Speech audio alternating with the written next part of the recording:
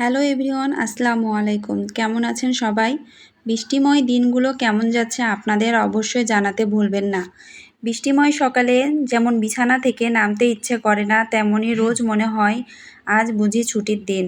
ছুটির দিন ভেবে কোনো কাজও করতে ইচ্ছে করে না, আর যেদিন ভাবি কোনো কাজ করব না, আজ নর্মালি কিছু রান্না করে খেয়ে নেব, সেদিনই দেখব কাজের কোনো অভাবই হয় না। একের পর এক কাজ লেগেই থাকে। তবুও কেন জানি মনে হয় জীবনটা সুন্দর, একটার পর একটা ধাপ। একটা সময় দেখা যেত ভাত রান্না করতে গেলে হাতটা পুড়ে যেত, আর এখন কয়েক পদের তরকারি রান্না সহ পোলাওটাও কিভাবে ঝরঝরা করতে হয় সেই টিপসটাও আমি জানি। অবশ্যই এই পরিবর্তনটাও সুন্দর।